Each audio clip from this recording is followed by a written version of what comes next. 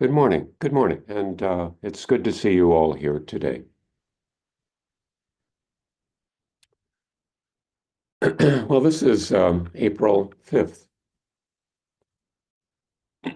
Excuse me, April 5th, which is Golden Rule Day. In case you don't know, it was dedicated as Golden Rule Day over a decade ago by an interfaith group in Addis Ababa, Ethiopia, and has spread worldwide. A 24-hour period in which one recalls what is commonly called the Golden Rule. And this was initiated by an interfaith group out of realization that all of the major world religions had some version of the Golden Rule. Golden Rule often expressed as do unto others as you would have them do unto you. The particular language may be different, but the thought is the same for all religions.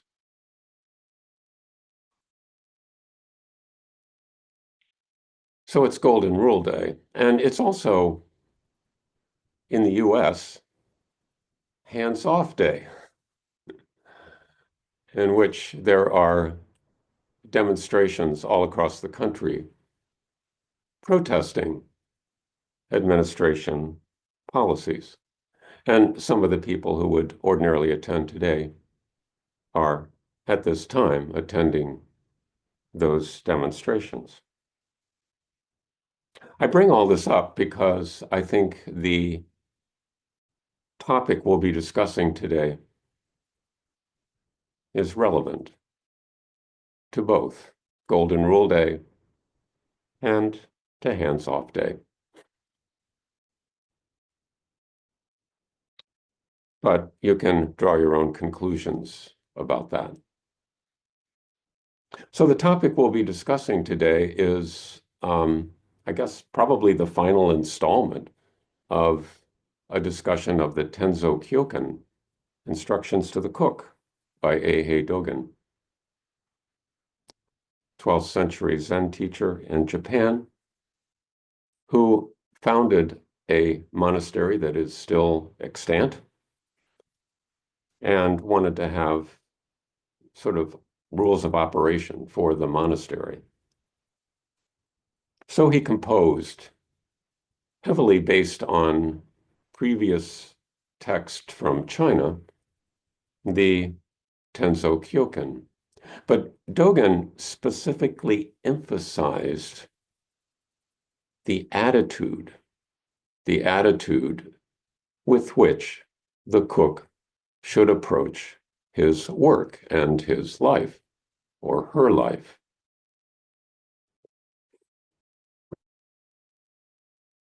And the final portion of the Tenzo Kyokan has to do with sanshin, what might be translated as the three minds, or the three heart minds, or the three attitudes. And we've talked about kishin, ki being Japanese for the Chinese chi, or life force, which could be translated joyful mind, as Tom Wright does, or it could be translated as energetic mind. It could even be translated as, I think, curious mind, lively mind, vivacious mind. And then we talked about Roshin, literally translated as old mind, but Tom Wright calls it parental mind. But it could be translated as nurturing mind.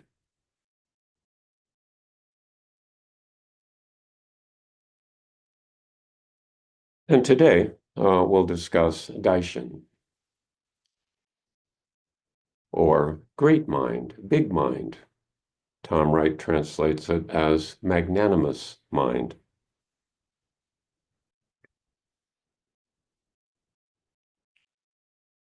It could be translated as vast mind or open mind. So I think we'll go into the section on Daishin is relatively short. I'll read a slightly edited version of it, slightly abridged version rather. And we'll start with this first section where Dogen says, magnanimous mind is like a mountain, stable and impartial. Exemplifying the ocean, it is tolerant and views everything from the broadest perspective. Having a magnanimous mind means without prejudice and refusing to take sides. When carrying something that weighs an ounce, do not think of it as light. And likewise, when you have to carry 50 pounds, do not think of it as heavy. Do not get carried away by the sounds of spring and become heavy-hearted upon seeing the colors of fall. View the changes of the season as a whole and weigh the relativeness of light and heavy from a broad perspective. It is then that you should write. It is then that you should write, understand, and study the character for magnanimous mind. Understand the concept or the word for magnanimous mind. If the Tenzo, the cook of Jianshan, Jiashan, had not shown the deeper implications of magnanimity, he never would have been able to help Daiyun on his way toward actually practicing the Dharma through his sudden burst of laughter during one of Daiyuan's lectures. I think I'll stop there and review some of that. So Dogen talks about, at least in this translation, magnanimous mind as being without prejudice and refusing to take sides. When that phrase, refusing to take sides, has come up before, it's always initiated a discussion about, well, does he mean just sort of passivity, just sort of a bland passivity, not really taking any positions whatsoever? Refusing to take sides is a idiom in English, so I assumed that it would be translated otherwise by different translators, and indeed it is.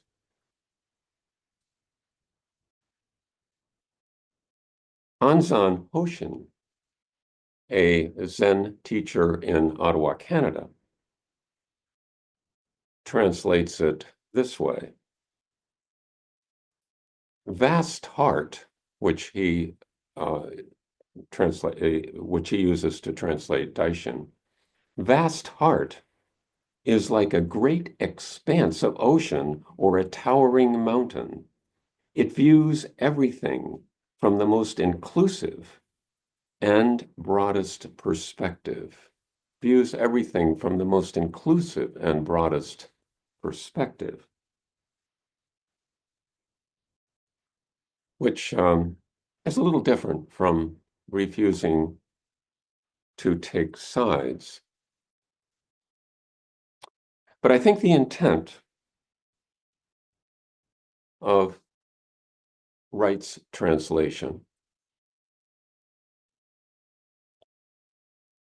was to emphasize that expressing a position,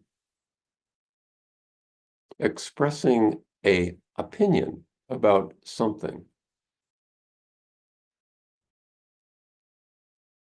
speaking your mind in a way, does not necessitate vilifying those who disagree. It does not necessitate making enemies.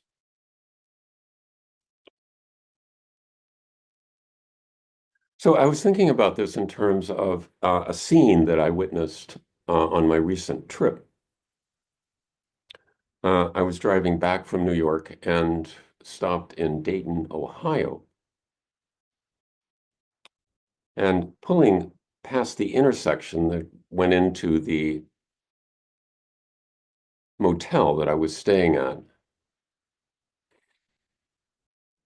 I saw a young woman carrying a cardboard sign. And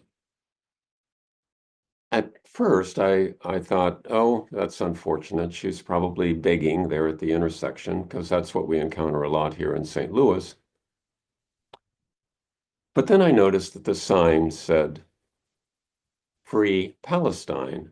And I further noticed that she had a partner, a young man who was carrying a megaphone and calling out various obscenities about Trump and Musk, along with various slogans that reflected his opinion about what should and should not be done politically. All of it laced liberally with rather non-creative use of the F word. And he was calling this out to anybody who passed by, and it was kind of a busy intersection. There were a lot of people passing by, and people occasionally would roll down their windows and scream back at him something angry.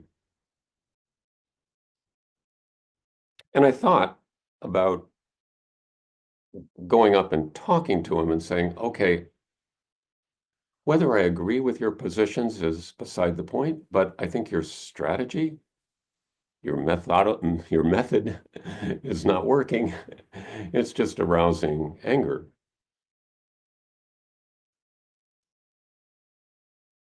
But after 10 hours on the road, I wasn't really very energetic myself and elected to just return to the motel and um, get a good night's sleep. Talking about this afterwards, someone said, well, at least he's doing something. And that's true. At least he's doing something. And the 20-year-old mind is different from the 70-plus-year-old mind.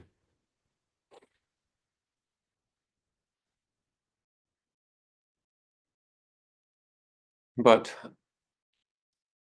I do think it is possible to express opinions, to take positions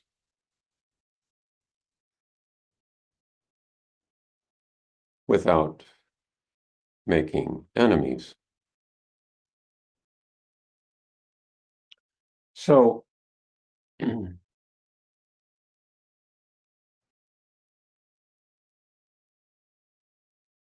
Dogen uses the simile of a mountain and the ocean, something large and vast, to talk about this mind, this magnanimous mind.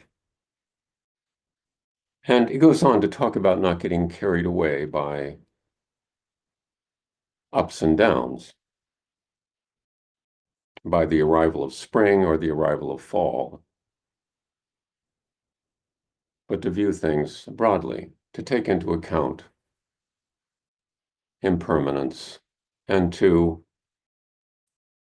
take into account not only spatial vastness, but also temporal vastness, and the fact that all things will change. This little section about Daishin laughing during this Dharma talk offered by Daihuan is explained further in a footnote, and I'll just read the footnote. One day, the great Buddhist scholar Daihuan was lecturing on the Parinirvana Sutra, in which the Tenzo of Daishin was traveling about from temple to temple to hear various teachers. He happened to stay there for a while due to a heavy snowfall, and the Tenzo listened to the lecture, during which Daihuan was explaining the section on the three factors of Buddha nature and on the three virtues of the Dharmakaya. And in the midst of the scholar's explanation, the Tenzo suddenly burst into laughter. After the lecture, Daihuan invited the Tenzo to his room and explained, frankly, I'm a very simple person, and my comments about the sutras, which I am lecturing on, are quite literal. I noticed that you broke into laughter when I was talking about the Dharmakaya. I wonder if you'd be so kind as to tell me where I was in error. The Tenzo spoke. Well, what you said coincides with what is written. In that, you were not in error. It was just that you were talking all around the subject without really knowing it. Shortly after hearing the Tenzo's remarks, Daihuan stopped any further lecturing and traveled extensively, visiting many masters, inquiring about the Buddha Dharma, and practicing with all his might.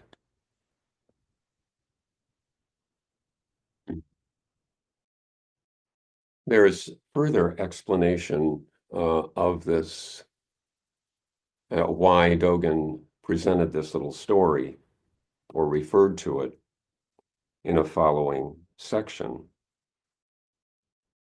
It says, be very clear about this.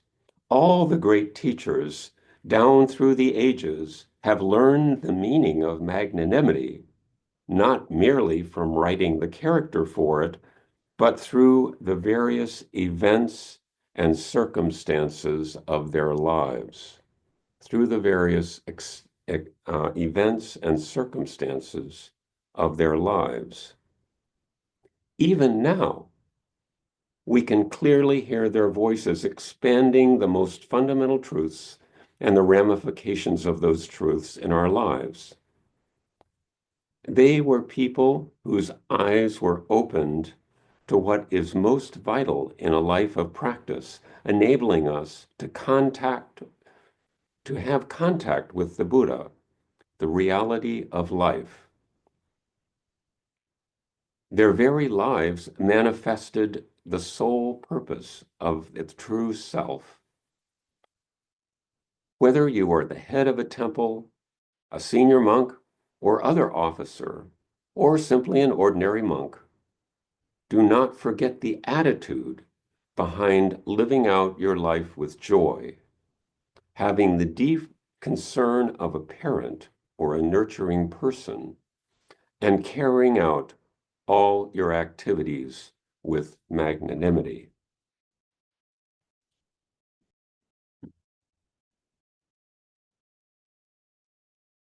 I'm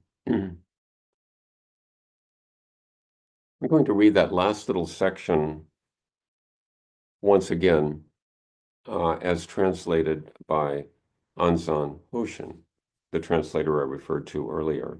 All of these and other great masters through the ages have studied the meaning of vast or great, not only through the word for it, but through all of the events and activities of their lives. Thus, they lived as a great shout of freedom through presenting the great matter, penetrating the great question, training great disciples, and in this way, bringing it all forth to us. The abbot, senior officers and staff, and all monks should always maintain these three heart minds of understanding. And that concludes the Tenzo Kyokan.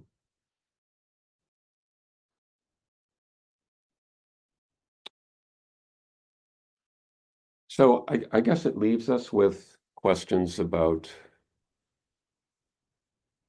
how to manifest, how to cultivate these three minds.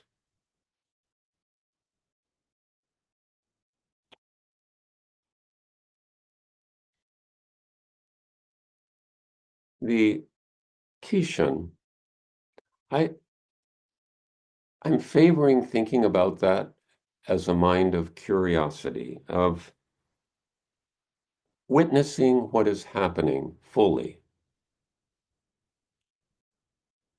and bravely taking it in as much as possible without prejudice.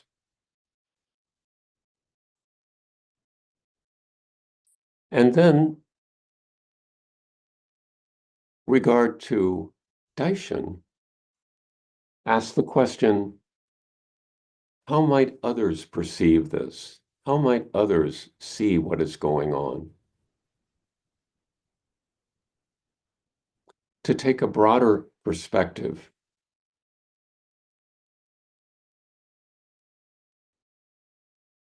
Clearly, the perspective of an individual human being is limited.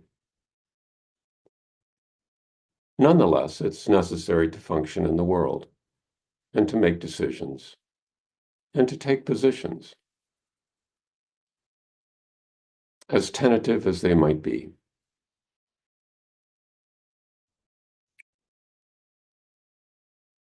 One can just ask about, well, how other creatures perceive things.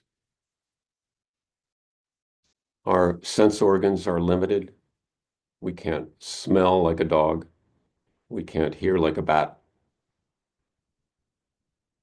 We can't hear like a cat.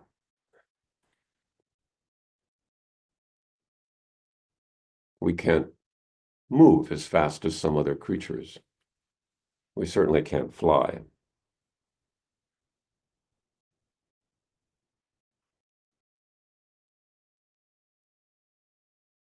Nonetheless, we need to live in this world with the information that we do have and applying what experience we can to the present situation.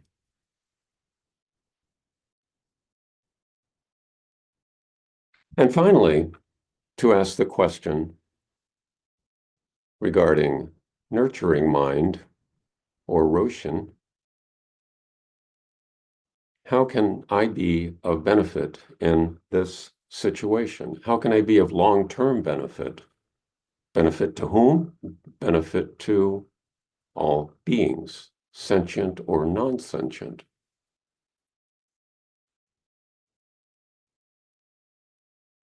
Clearly, one can't do this perfectly. We don't have omniscience or accurate abilities to predict the future. Nonetheless, to do our best to be of benefit, to play our part, regardless of what circumstance we find ourselves in.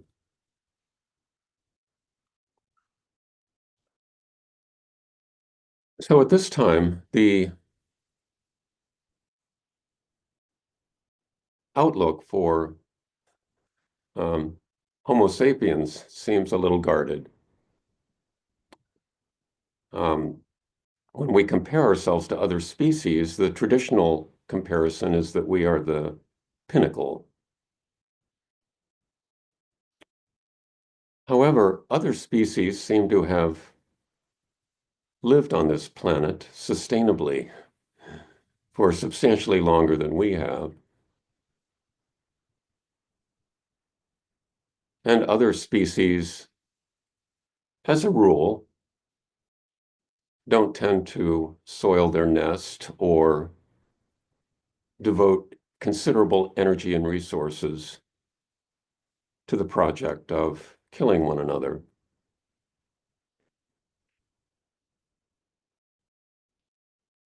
So I think the verdict regarding Homo sapiens is still out there.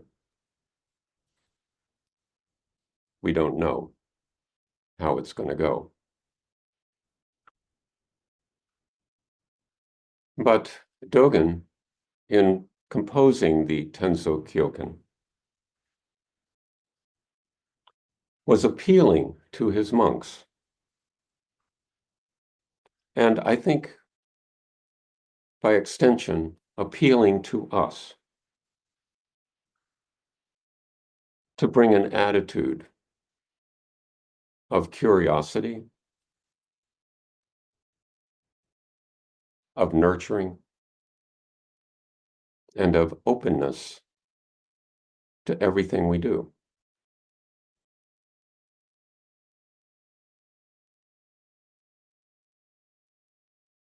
How can we heed this advice?